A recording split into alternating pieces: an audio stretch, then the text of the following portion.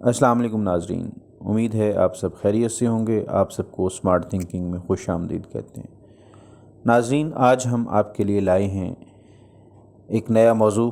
ہمیشہ کی طرح یہ 4 لیکچرز کی سیریز ہوگی، جس کے اندر ہم آپ کے ساتھ ریاست مدینہ کے بارے میں معلومات شیئر کریں گے اور ریاست مدینہ کے خد و خال کے اوپر بات کریں گے۔ ریاست مدینہ کے اندر حقوق اور فرائض کے اوپر بات کریں گے۔ ریاست مدینہ کیسی تھی اور اس کے اندر بسنے والے افراد کے اخلاق کیسے تھے، کردار کیسے تھے، اس کے اوپر ہم آپ سے بات کریں گے۔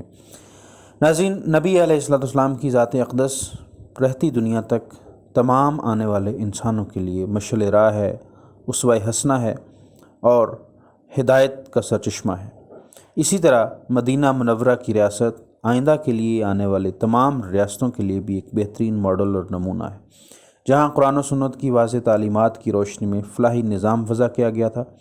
حضرت عمر رضی اللہ تعالیٰ عنہ اپنے حکومتی عہدیداروں پر کڑی نگاہ رکھتے تھے۔ کسی عہدیدار کی شکایت پہنچتی تو فوراً تحقیق کراتے۔ آپ رضی اللہ تعالیٰ عنہ حج کے موقع پر عدالت قائم کر کے اس کا اہتمام فرماتے، مصر کے گورنر کے بیٹے کے کوڑے لگوائے اور یہ تاریخی جملہ ارشاد فرمایا، لوگوں کو ان کی ماؤں نے آزاد جانا تھا، تم نے انہیں غلام کب سے بنا لیا۔ ریاست مدینہ کی ذمہ داری ہے کہ ہر شہری کو ہر قسم کے ظلم و ستم سے بچائے اور اس امر کا اہتمام کرے کہ کوئی شخص غریب ہو یا امیر، بااثر ہو یا بے اثر، یکساں طور پر بغیر کسی قیمت ادا کیے انصاف حاصل کرے۔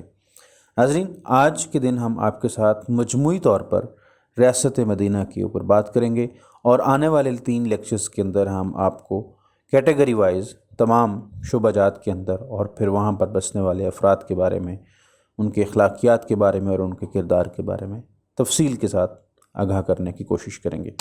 اب سے گزارش ہے کہ اگر آپ نے ابھی تک ہمارا چینل سبسکرائب نہیں کیا تو ہمارا چینل سبسکرائب کر لیجئے اور ساتھ بیل آئیکن کو بھی پریس کر دیجئے تاکہ ہماری ہر نئی آنے والی ویڈیو آپ تک بر وقت پہنچ سکے۔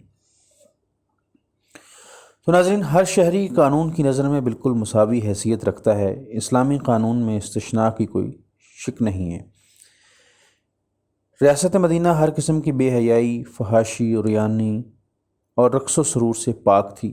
مرد و زن کو غض بصر کا حکم دے کر ماحول کو پاکیزہ بنایا گیا تھا۔ خواتین کو پردے کا حکم دیا گیا۔ سورہ احزاب اور سورہ نور کے اندر محرم اور غیر محرم کی فہرست بنا کر اسلام کے سماجی اور معاشرتی نظام کے تفصیلی احکامات بتا دیے گئے تھے۔ اسلامی قانون کی روح سے ریاست ہر اس شہری کی وارث ہے جس کا کوئی وارث نہ ہو۔ رعایا کے لیے خوراک کے بعد صحت اور تعلیم کا مناسب انتظام کیا گیا۔ اسلامی ریاست ہر شخص کو مناسب روزگار فراہم کرنے کی ذمہ دار ہے۔ بصورت دیگر جب تک مناسب روزگار نہ ملے اس کی بنیادی ضروریات کی کفالت کرے۔ بچوں کے لیے ریاست کی طرف سے وظائف کی بکثرت مثالیں ملتی ہیں۔ دولت کی گردش اور عوام الناس تک اس کے ثمرات پہنچانا اسلام کا بنیادی معاشی اصول ہے۔ چنانچہ زکوٰۃ، صدقات، اموال، فے اور دوسری مدات سے حاصل ہونے والی رقوم کو رعایا کی فلاح و بہبود اور خدمت خلق کے دیگر کاموں پر خرچ کیا گیا، اور چند ہی سالوں میں دنیا نے دیکھا کہ صورتحال یہ ہو گئی کہ زکوٰۃ و صدقات دینے والے تو موجود ہیں لیکن لینے والا کوئی موجود نہ تھا۔ ایسے ذرائع اور طور طریقوں پر پابندی لگا دی گئی جن سے ارتکاز دولت کا امکان تھا۔ سود، ذخیرہ اندوزی، ناجائز منافع خوری وغیرہ کو قطعی طور پر بند کر دیا گیا۔ اسی طرح حرمت سود کے بعد آپ علیہ السلام نے معاہدات میں سودی کاروبار کی نفی فرمائی اور سودی کاروبار کی صورت میں معاہدے کو منسوخ قرار دیا گیا۔ انہی اصولوں کی بنیاد پر مدینہ کی ریاست ایک اسلامی فلاحی ریاست قرار پائی۔ ایک شہری کا سب سے مقدم اور سب سے مقدس حق یہ ہے کہ اس کے جان و مال اور ناموس کی حفاظت کی ریاست کی طرف سے ضمانت دی جائے، کہ ریاست نہ تو اس کی چیزوں پر خود ہاتھ اٹھائے اور نہ کسی اور کو ان پر ہاتھ اٹھانے یا ڈالنے کی اجازت دے۔ اسلامی ریاست کا مقصد وجود اللہ تعالیٰ کے اسلامی ریاست کا مقصد و وجود اللہ تعالیٰ کے دین کی اقامت ہے۔ اس وجہ سے ریاست ہر شہری کو اس بات کی ضمانت دے گی کہ اس کو کسی حال میں کوئی ایسا حکم نہیں دیا جائے گا جس سے اللہ اور اس کے رسول اللہ صلی اللہ علیہ وسلم کی معصیت لازم آئے۔ اسلامی ریاست میں بحیثیت شہری کے مرد اور عورت میں کوئی فرق نہیں، لیکن دونوں کے حقوق و فرائض کی نوعیت کچھ مختلف ہے۔ یہ اختلاف جن حقیقتوں پر مبنی ہے ان کو سمجھ لیا جائے تو کوئی اشکال پیدا نہیں ہوتا۔ اسلامی حکومت میں ملکی قانون اسلامی قانون ہی ہوگا، اور ظاہر بات ہے کہ اگر ایسا نہیں ہوگا تو ریاست کے اسلامی ہونے کا سرے سے کوئی معنی ہی نہیں ہے۔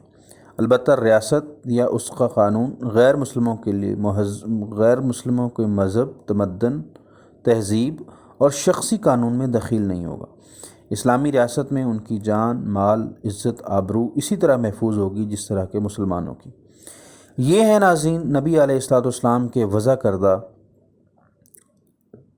اصول، جو ریاست مدینہ کے نمایاں خد و خال، جس نے داخلی اور خارجی سطح پر بکھرے یثرب کو دنیا کی پہلی اسلامی فلاحی ریاست مدینۃ النبی صلی اللہ علیہ وسلم نے تبدیل کر دیا، اور اس اسوہ کو اختیار کر کے ہم پاکستان کو ریاست مدینہ کی طرز پر ایک اسلامی فلاحی ریاست بنا سکتے ہیں۔ صرف پاکستان کیا، دنیا کے اندر جہاں جہاں بھی ریاستیں اور بالخصوص مسلمان ریاستیں ہیں، اگر وہ ان اصولوں پر کاربند ہو جائیں تو بلا شبہ یہ حق کی طرف ایک بہت بڑی فتح ہوگی، اور حق کی طرف چلنے کے لیے ایک بہت بڑی آسانی پیدا ہوگی۔ تو ناظرین، اگر ہم چاہتے ہیں کہ ہمیں ریاست مدینہ کو حقیقی معنوں میں اس پاکستان کے اندر وضع کرنا ہے، یا ریاست مدینہ کو حقیقی معنوں میں اس کے اصولوں کے اوپر ہم نے کاربند رہتے ہوئے پاکستان کو امن کا گہوارہ بنانا ہے، تو ہمیں بھی انہی اصولوں اور ضوابط کے اوپر چلنا پڑے گا کہ جو ہمارے لیے مشعل راہ ہیں اور ہماری کامیابی کی ضامن ہیں۔ آج کے لیے اتنا ہی، انشاءاللہ بہت جلد آپ سے دوبارہ ملاقات ہوگی۔ والسلام۔